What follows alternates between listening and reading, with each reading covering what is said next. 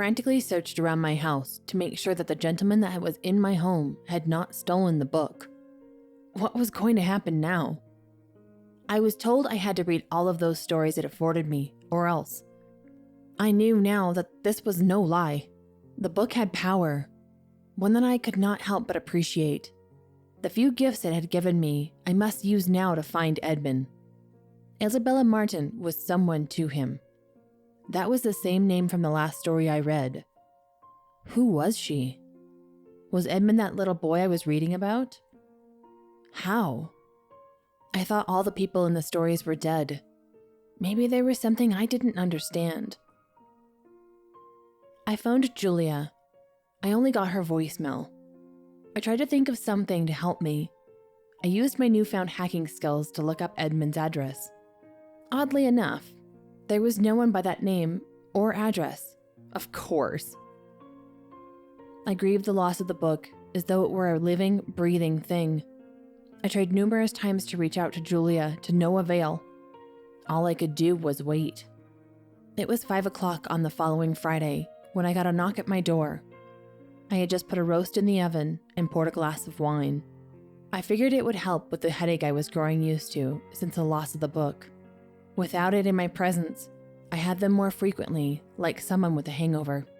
Robert! It was Julia.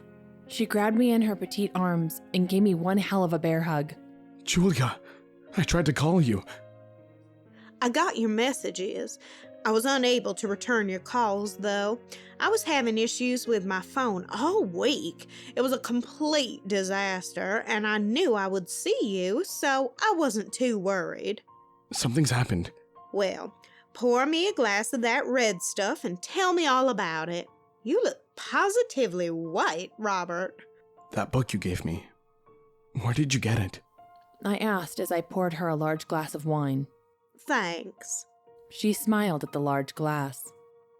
I found it at a flea market. I didn't know much about it, but the gentleman who sold it to me seemed very intent on getting rid of it. I figured he wanted to make a bit of money. It wasn't cheap by bartering standards, but I had to get it for you. It just had your name all over it. She chuckled. Do you by chance know anyone by the name of Isabel Martin? She looked at me, puzzled for a moment. Now, I'll be. That is a name I haven't heard since I was a wee girl. Isabel Martin is my aunt on my father's side.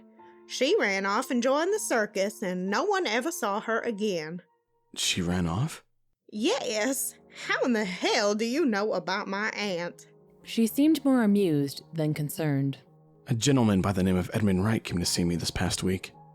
I believe he stole something of value from me. He took that book you gave me. I need it back, Julia.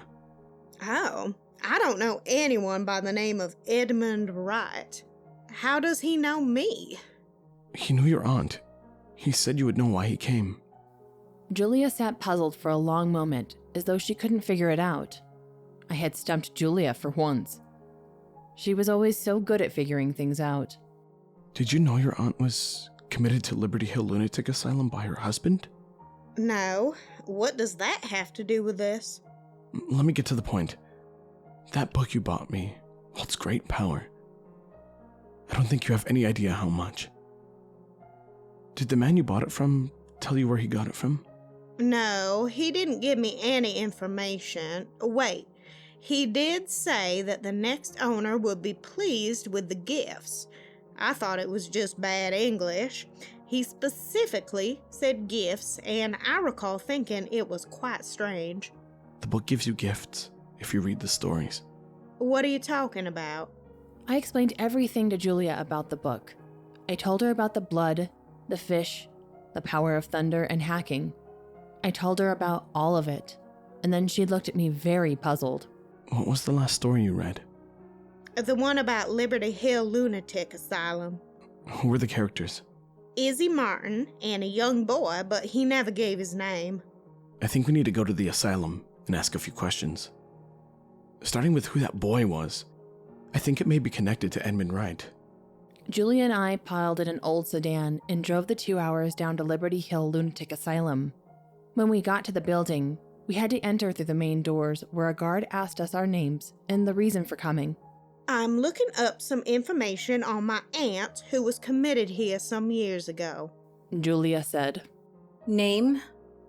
Isabel Martin. I'm Julia Spellman.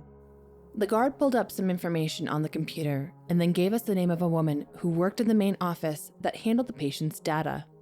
When we got to the main hall, there was an entrance to a large office where 2 women sat behind glass windows. One of them looked rather stern and looked up at us with her black-rimmed glasses. May I help you? Yes, I was told you might have some information about my aunt that was committed here some years ago. Name? Isabel Martin. Ah, yes. She was committed in 1946 by Mr. Edward Wright. Wait, what? Julia asked.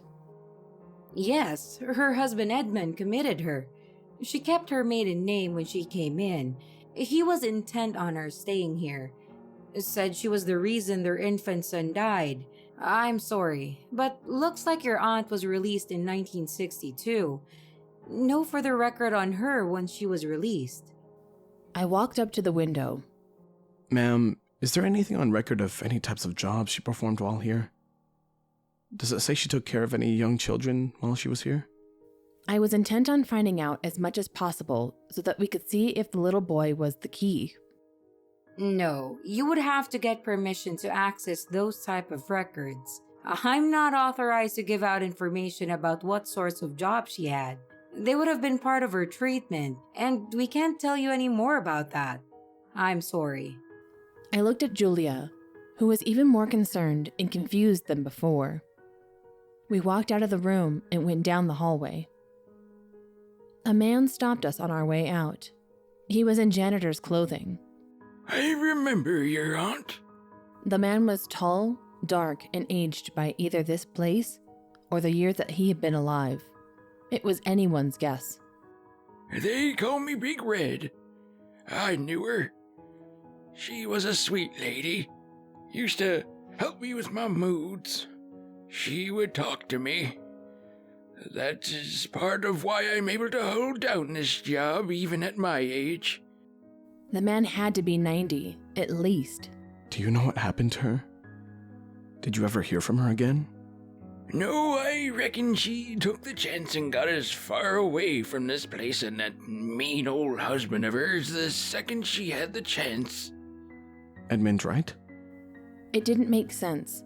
The Edmund Wright I had met was in his late 50s, not old enough to have been born in the 30s. We turned to look at one another, and when we turned to look at the man, he was gone. It was as though he had vanished into thin air. What on earth? We were silent on the drive back to my place. We weren't sure what to say after everything. I wasn't even sure Julia believed that the book had any real powers at all. It was shortly after midnight when we pulled into our driveway. Julia asked me if I wanted anything to eat, so she could make us a couple of sandwiches. I nodded. I had not realized how hungry I was, but the last time I had eaten was at 7 o'clock this morning. As we stood in the kitchen itemizing the meats and cheeses I had in the fridge, I felt so angry with myself for letting that book out of my hands. I was cutting some cheese and bread to make our sandwiches when I accidentally cut myself. Ouch. Oh, shit. I exclaimed, annoyed. What's wrong? Julia asked. I just cut myself on that damn bread knife. Didn't realize it was so sharp. Let me see. Then, as she went to go grab a paper towel to help to stop the bleeding, something happened. The blood that was dripping from my finger seemed to be floating in midair. Julia looked at me and turned white. What on earth, Robert? I shrugged my shoulders. I watched as the blood floated into the air and then formed into an arrow. It was as though it had a life force all its own. I followed it to the bookshelf, and large drops began hitting the books randomly. I was in complete awe. Julia looked positively sick. Then I realized that it was using the large letters of the book titles to communicate with me. My blood had activated the book, so why couldn't it work as a sort of compass? I tried to follow the letters, and then figured out that they were in order by the books, on the top level to the bottom.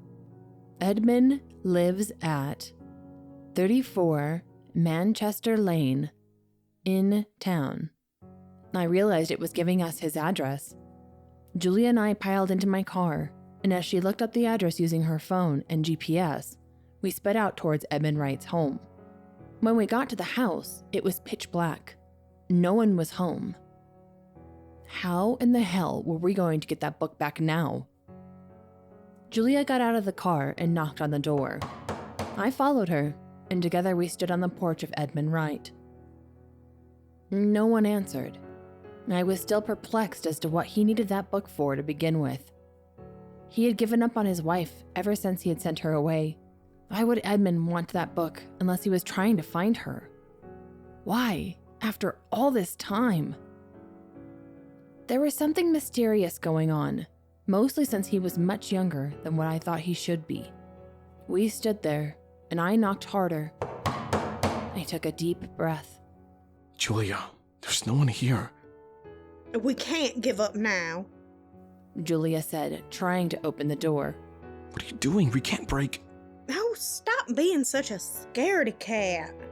The door didn't open. Julia pulled out a rock from the ground, and just as she was about to throw it through the window, the front window burst. Shards of glass went everywhere. I had to cover my face so I didn't get the glass in my eyes.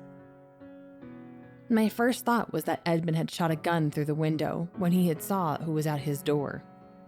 I was terrified now, and I turned to see if Julia was all right when she pointed behind me with a wide eye. What is it? I turned, and there, floating in midair, was the Read Me book. It had escaped all on its own. Well, I'll be damned. Someone doesn't want to let you go so easily. Julia exclaimed, panting. We both smiled, and after I grabbed the book, we sped away. A neighbor's dog was barking loudly, and we got away before anyone saw us. When we got home, I sat the book on the coffee table and took a deep breath. It was like a huge weight had been lifted off of my chest. Well, now what? Julia asked, bringing in 2 plates with sandwiches on them. Still hungry from my lack of food all day, I grabbed my plate greedily. I sat it down for a moment, though to get a good look at the Read Me book. Suddenly the book opened all by itself. I expected it to tell me the rest of the little boy's story in the lunatic asylum, but it didn't appear as though the book was ready to. Instead, it turned to the story called The Lovers. Julia looked at me and sat down next to me. The book seemed to illuminate before our eyes. There was now a smell coming off of it, something like roses, chocolate, and red wine. Well, I guess I have to tell a story.